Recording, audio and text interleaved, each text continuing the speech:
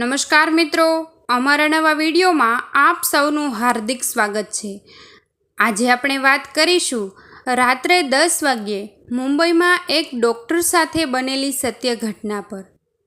મુંબઈમાં રહેતા ડૉક્ટર ઉદય મોદી ભાયંદર વિસ્તારમાં એમનું આયુર્વેદિક દવાખાનું ચલાવે છે। એક દિવસ રાતે લગભગ 10 વાગ્યાની આસપાસ ડૉક્ટર મોદી દવાખાનું બંધ કરવાની તૈયારીમાં હતા।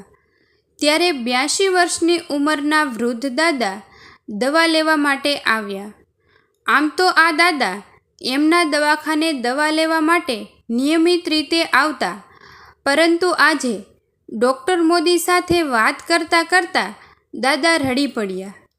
ડૉક્ટર મોદીએ દાદાજી સાથે લંબાણપૂર્વક વાત કરી ત્યારે જાણવા મળ્યું કે આ 82 વર્ષના દાદા અને એમના 78 વર્ષની ઉંમરના પત્ની બંને એકલા જ રહે છે। એમને 3 દીકરા છે, પરંતુ દીકરાઓ અલગ રહે છે। વૃદ્ધોની સેવા કરનાર બીજું કોઈ જ નથી।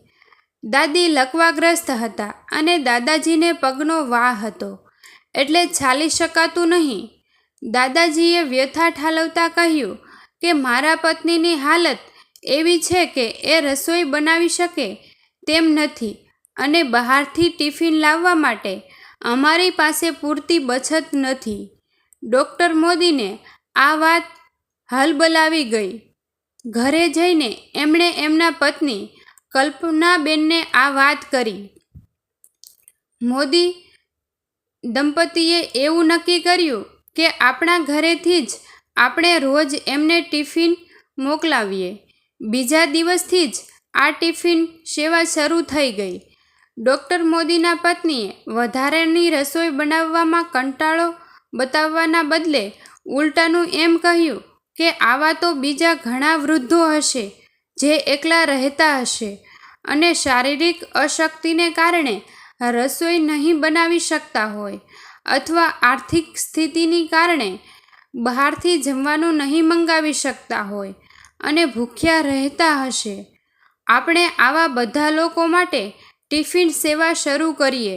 ડૉક્ટર મોદીએ આવા એકલા રહેતા અને જમવાની વ્યવસ્થા ન થઈ શકે તેમ હોય તેવા વૃદ્ધોને શોધવા માટેનું અભિયાન શરૂ કર્યું। 2008ના વર્ષમાં એમણે આવા 10 વૃદ્ધોને શોધી કાઢ્યા અને એમના ઘરે રોજે રોજ ટિફિન મોકલાવી સેવા શરૂ કરી। 10 ટિફિનથી શરૂ થયેલી આ સેવા આજે 8 વર્ષ બાદ 180 ટિફિન સુધી પહોંચી ગઈ છે। રસોઈ બનાવવા માટે અલગથી 2 રસોડાઓ તૈયાર કર્યા છે અને 2 રસોઈયા રાખીને રસોઈ બનાવવામાં આવે છે। એક રસોડા પર સામાન્ય રસોઈ બને અને બીજા રસોડા પર ડાયાબિટીસના દર્દીઓ માટેની રસોઈ બને। દર સોમવારે મીઠાઈ પણ જમાડવામાં આવે છે।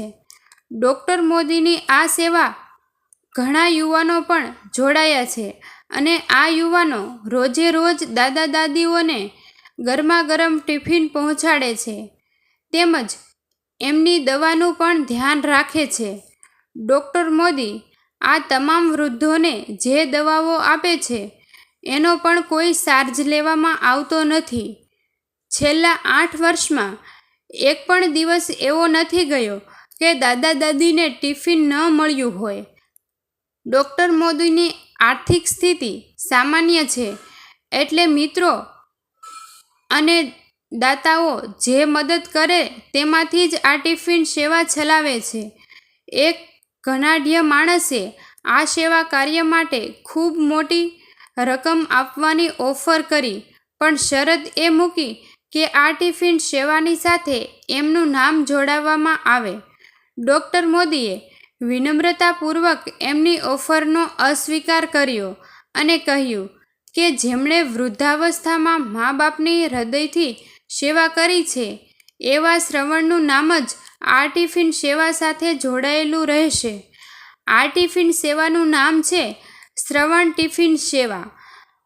આજે સગા દીકરીઓ માતા પિતાને સાચવવા માટે તૈયાર નથી, એવા સમયમાં બીજાના માતા પિતાની પોતાના માતા પિતાની જેમ જ સેવા કરતા ડૉક્ટર મોદી એમના પત્ની અને એમની સમગ્ર ટીમને નતમસ્તક વંદન.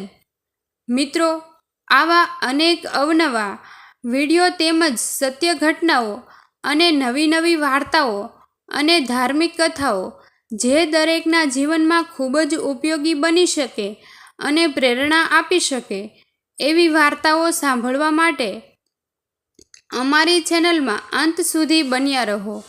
વિડીયો ગમ્યો હોય તો વિડીયોને લાઈક, શેર અને સબસ્ક્રાઈબ કરવાનું ભૂલશો નહીં મિત્રો. થેન્ક યુ મિત્રો.